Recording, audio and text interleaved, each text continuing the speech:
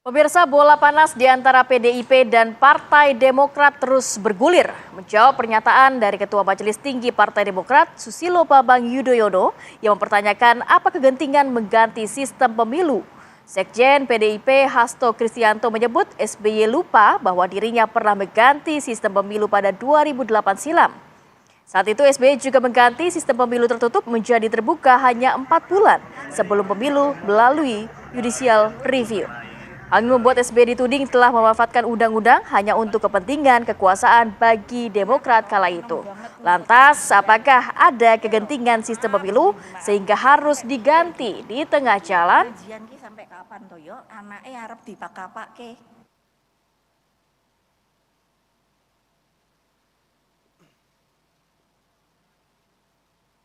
Baik, kita akan berbincang pagi hari ini mengenai saling tuding ya antara Demokrat dan juga PDIP. Hadir sudah bersama kami di studio ada Bang Deddy Sitorus, politisi dari PDIP. Pagi Bang. Selamat pagi semua.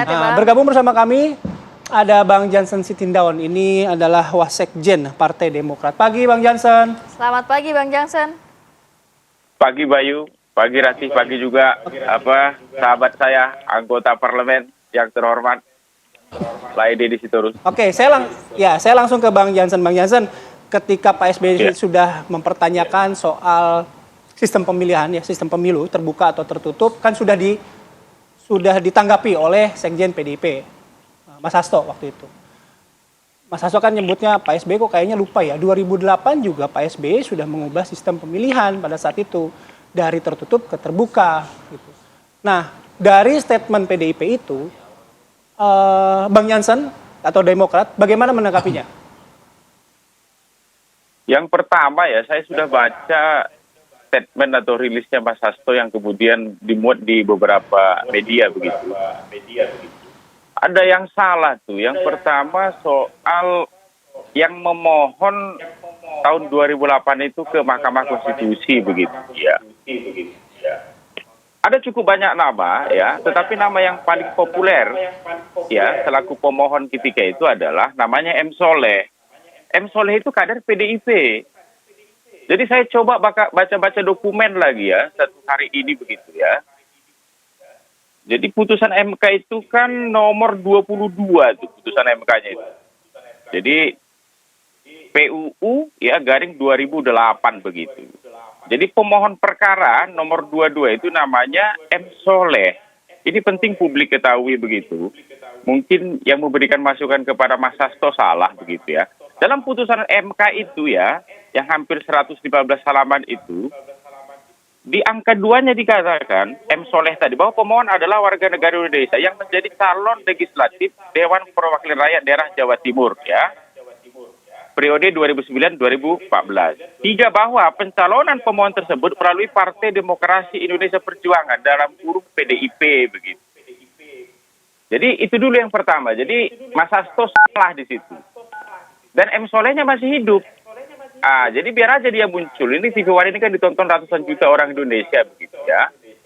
Jadi yang memohon ketika itu agar sistem itu diputuskan MK untuk terbuka adalah yang paling teratas itu namanya M. Soleh begitu dia. Yang kedua, soal pernyataan Pak SBY mengubah sistem, tidak. Itu putusan Mahkamah Konstitusi. Jadi begini, dalam sistem trias politika begitu ya, 3 klaster itu punya kewenangan tuh, punya produk. DPR punya undang-undang, eksekutif tertinggi Presiden punya perpu begitu. Pengadilan itu punya vonis, punya putusan. Putusan pengadilan itu, putusan Mahkamah Konstitusi itu, karena dia bagian dari klaster yudikatif begitu, ya DPR dan Presiden harus tunduk begitu dia. Jadi bukan Pak SBY yang mengubah sistem itu, tapi Mahkamah Konstitusi. Itu makanya kita ingatkan kali ini kan sudah berjalan nih tahapannya itu. Ya jangan diubah di tengah jalan lah begitu dia. Apakah ini hanya Pak SBY nyampaikan? Enggak. Saya ini kebetulan jadi pihak terkait di Mahkamah Konstitusi di sidang yang sekarang ini.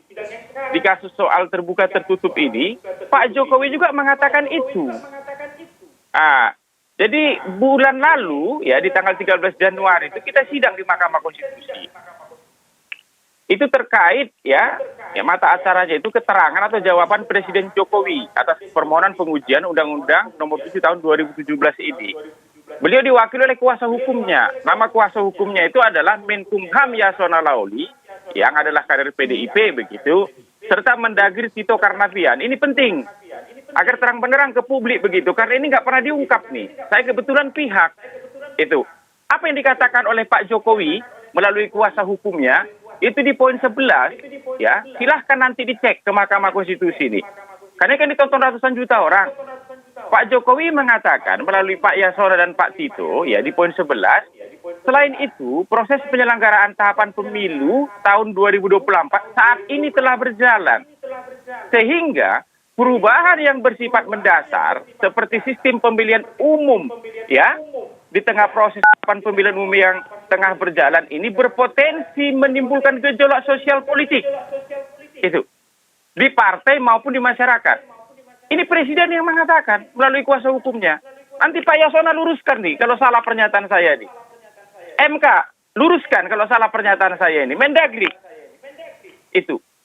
Jadi presiden CQ Mendagri, CQ Menkumham sendiri yang mengatakan berpotensi menimbulkan gejolak sosial politik. Kalau pernyataan Pak SBY itu lebih ringan dari ini. Kalau kata-katanya itu kan di atas ya. Apa, Bang? Pak SBY mengingatkan ya, karena kata-katanya begini, pastikan kita punya urgensi, alasan yang kuat untuk mengubah sistem pemilu begitu dia. Tidak sampai beliau mengatakan akan ada gejolak sosial politik dan lain-lain begitu. Itu mungkin pembuka dari saya soal ini, biar terang benderang persoalan ini. Baik, nanti kita akan mendengarkan pernyataan dari Bang Deddy. Bang Deddy, sebenarnya apa sih krusialnya sehingga kok di tengah-tengah jalan harus diganti sistem pemilunya begitu, Bang? Tapi kita tahan dulu ya. Kita harus jeda dulu. Jadi satu sesi dia, satu sesi gua gitu ya. Ya, kita break dulu ya, nanti kita lanjutkan kembali.